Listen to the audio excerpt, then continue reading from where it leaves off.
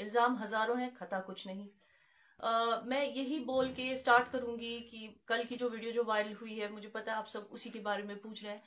तो ये बहुत ही बदनसीबी की बात है कि बयान मैंने कुछ दिया था, लेकिन उसका एक ही हिस्सा निकाल के उसको वायरल कर दिया गया, एक ऑप्टिक्स की तरह यूज किया गया, एक नामुनासिब तरीके से उसको वायरल कर दिया गया। मेरा बयान पूरी तरह से कवर नहीं किया गया, उसको कवरेज नहीं दिया गया, और इसकी वजह से क्या है कि बहुत सारे लोगों को ठेस पहुंची है मेरी बातों की वजह से। तो इसीलिए मैं चाहती हूँ कि मैं उसके क्लैरिफिकेशन दे दूं।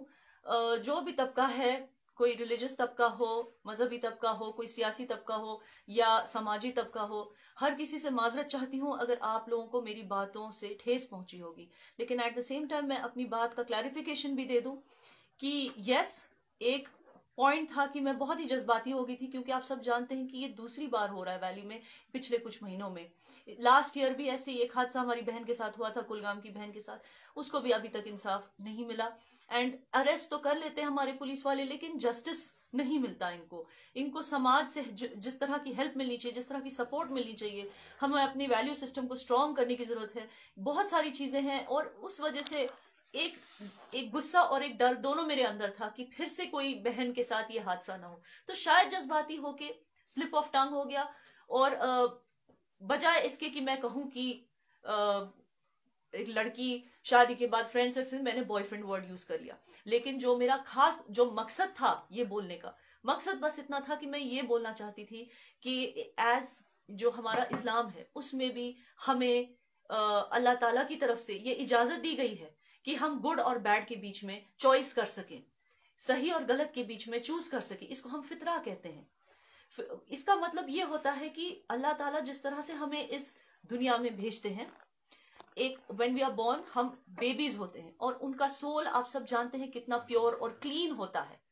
तो ये हम पर निर्भर होता है कि हम उसी तरह नोबल, प्योर और क्लीन सोल रखें ता उम्र, ता जिंदगी, या हम गलत को चूज करें। और अगर कोई लड़की गलत को चूज करती है, ये हक तो उसको अल्लाह ताला नहीं दिया है कि वो चॉइस करे।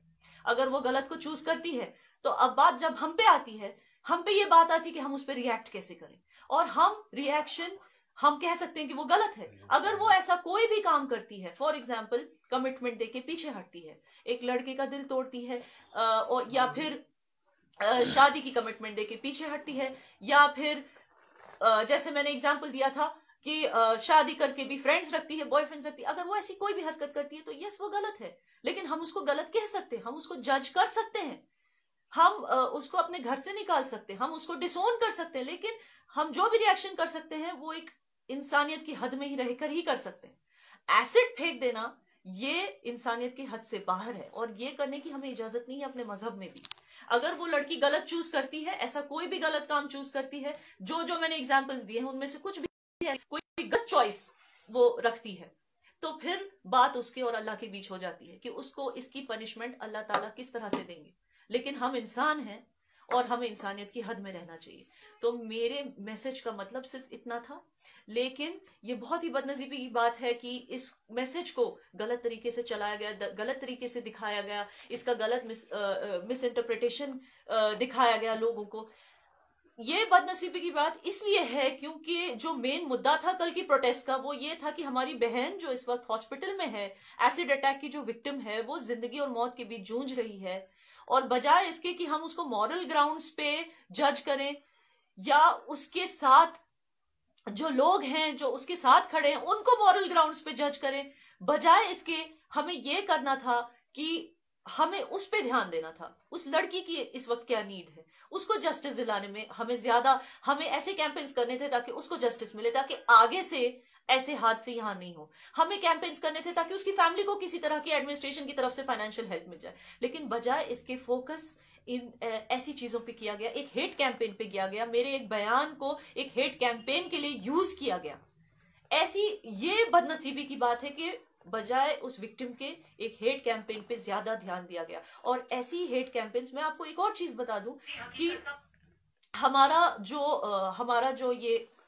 जो सोसाइटी है इसमें ज्यादातर लोग पॉजिटिव हैं, और ऐसे बहुत सारे भाई हैं जिन्होंने रात भर मुझे कल की वायरल वीडियो पे मुझे डिफेंड किया, ये कहा, जो मुझे जानते भी नहीं है, कश्मीर वैली के हर नूक एंड कॉर्नर से कल मुझे फोन कॉल्स आए कि दीदी प्लीज आप एक बार प्रेस कॉन्फ्रेंस दे दीजिए, आप एक बार क्लैरिफाई कर दीजिए, हम जानते हैं आप ऐसे नहीं, हमने आपका काम देखा है, हम आपके इंटरव्यूज देखते, शायद उन्होंने मुझे टीवी पे देखा होगा, मेरे इंटरव्यूज देखे होंगे, वो कह रहे हैं कि हमें पता है कि आप ऐसी सोच नहीं रखते हो, प्लीज इसको एक क्लैरिफिकेशन दे दीजिए, हम जानते हैं। और उन्होंने रात भर मुझे डिफेंड किया, बहुत सारे लोगों ने।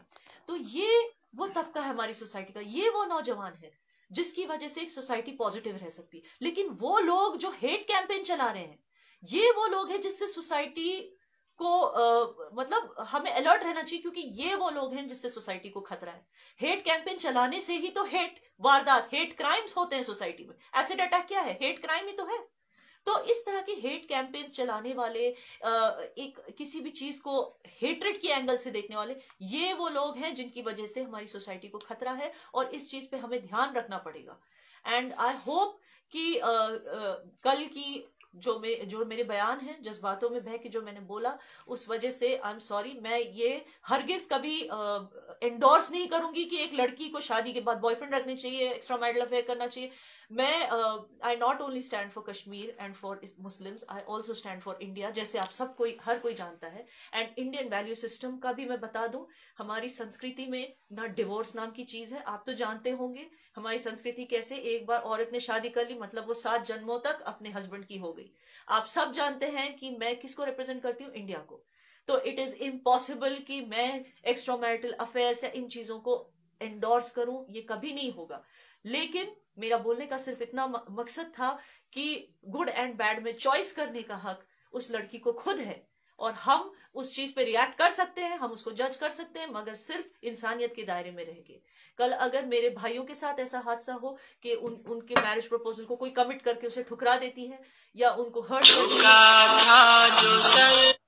हर्ट करती है, उनके मैरिज प्रपोजल को ठुकरा देती है, उनके साथ शादी कर, मेरे भाइयों के साथ शादी करके कोई, मेरे भाई के साथ शादी करके कोई लड़की अगर एक्स्ट्रा मैरिटल अफेयर रखती, ऑफ कोर्स ये सब चीजें मुझे भी डिस्टर्ब करेंगी। लेकिन मैं अपने भाई को कभी ये नहीं सिखाऊंगी कि जा उसके मुंह पे एसिड मार के आ, she deserves it, she deserves the hate. ना मैं उस लड़की के खिलाफ कोई हेट कैंपेन करूंगी, ना उस लड़की के लिए जो लोग प्रोटेस्ट कर रहे हैं, ना उनके खिलाफ कोई हेट कैंपेन करूंगी। मैं सिर्फ अपने भाई को समझाऊंगी कि तेरे साथ गलत हुआ है, और बिकॉज तेरे साथ गलत हुआ है, तेरे पास ये ऑप्शंस है, या तो तू लड़की को छोड़ दे, या तो तू उसको डिसोन कर दे, या तू उसको समझा, या अपनी शादी को बचाने की कोशिश कर, या जो भी तू करता है, लेकिन तू इंसानियत के दायरे में कर। इंसानियत के दायरे से बाहर करने की तुझे इजाजत नहीं है।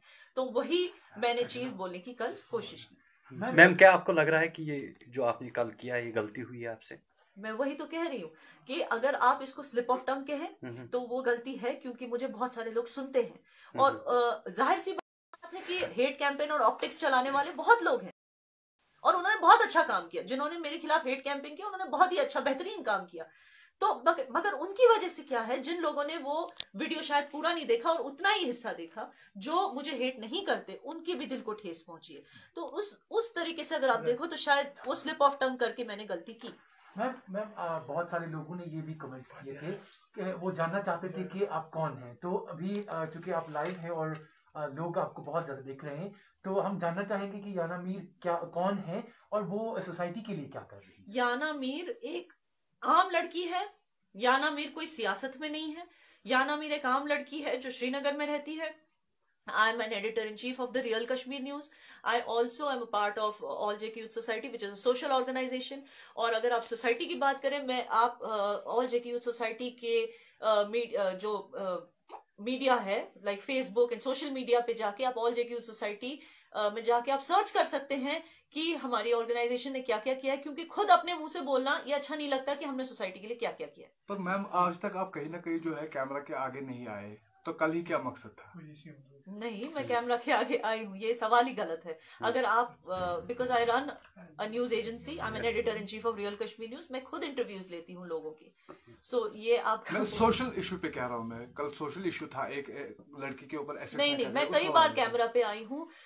जब ड्रग्स अवेयरनेस शोज किए हैं मैंने, वो भी कैमरा पे किए हैं। वुमेन्स एम्पावरमेंट पे किए, वो भी कैमरा पे किए हैं। बहुत सारे ऐसे इश्यूज हैं जो मैं कैमरा पे आई हूँ। लेकिन क्या हो गया कि कल की जो चीज है उसको एक अनफॉर्चुनेटली जैसे मैंने कहा एक हेट कैंपेन शुरू कर दिया गया। जो मुद्दा था उस लड़की का, उस मुद्दे से हटा के, उस बेचारी विक्टिम के मुद्दे से हटा के इसको एक हेट कैंपेन में तब्दील किया गया, और यही बदनसीबी की बात है, और शायद इस वजह से ये वायरल हो गया।